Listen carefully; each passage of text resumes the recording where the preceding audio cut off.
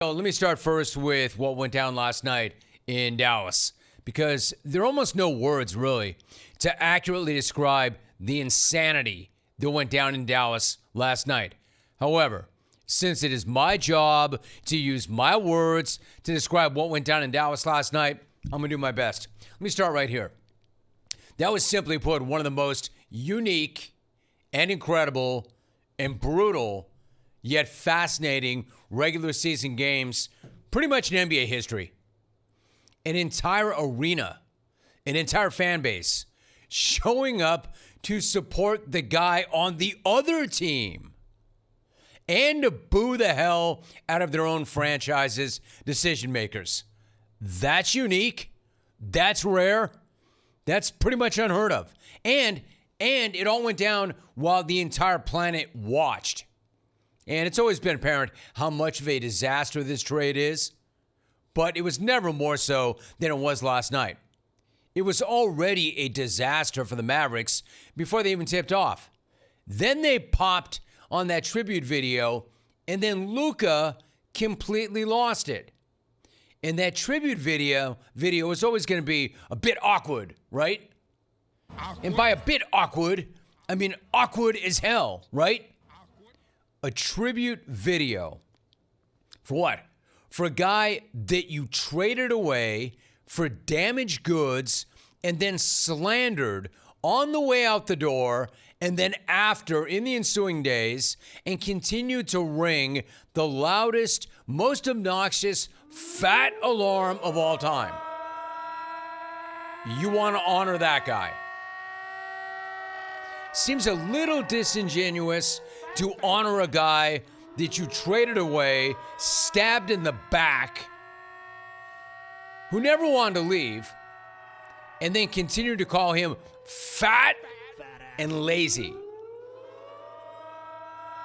You want to drop a tribute video for that guy. But then again, on the other hand, how can you not do a tribute video, right? Mavs fan showed up specifically to celebrate and honor this guy. I mean, he did take this team to the finals only 10 months ago. He's essentially the second most beloved player in franchise history. So they kind of had to do something, right? We've got to do something more than drop a few t-shirts saying thank you in Slovenia.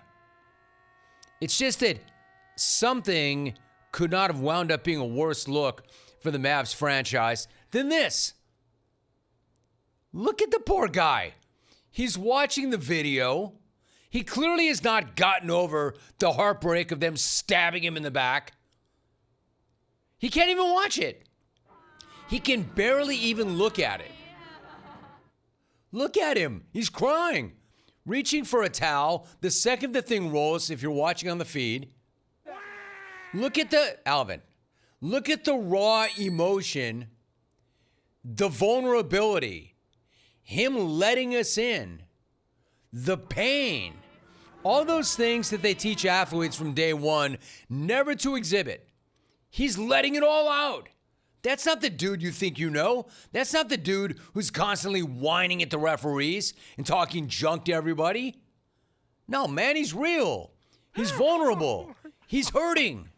And he's just letting it all out. Which is not making things better for the Mavericks, right? What a moment for Luka, and what a moment for the Mavs. And what a moment for Mavs fan.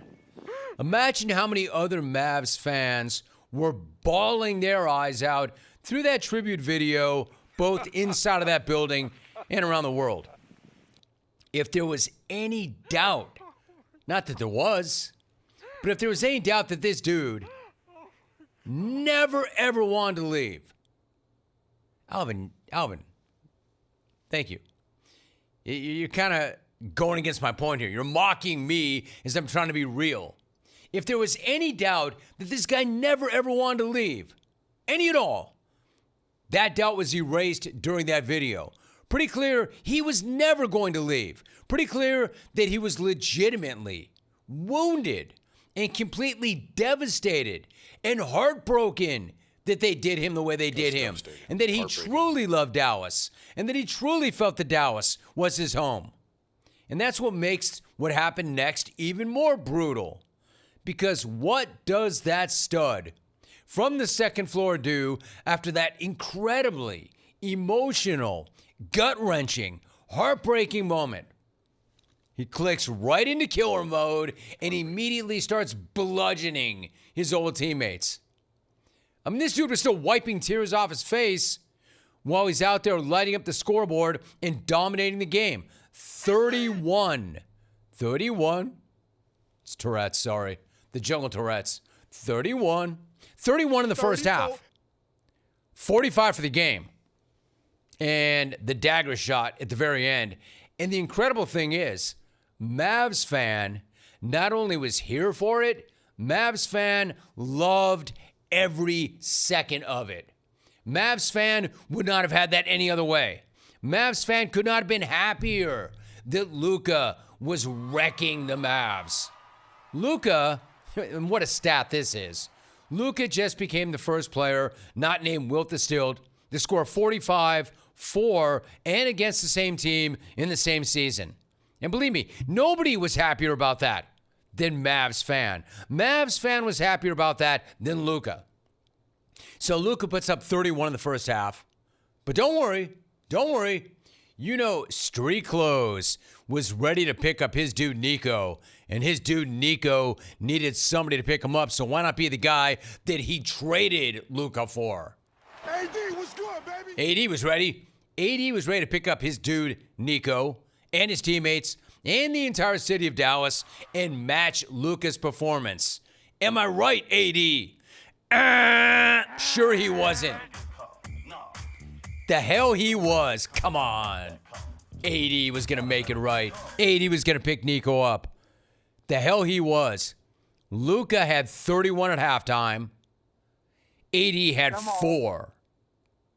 AD finished the game with 13 points. He's probably like, y'all are lucky I even got out of my street clothes for this. Where are my thanks for suiting up?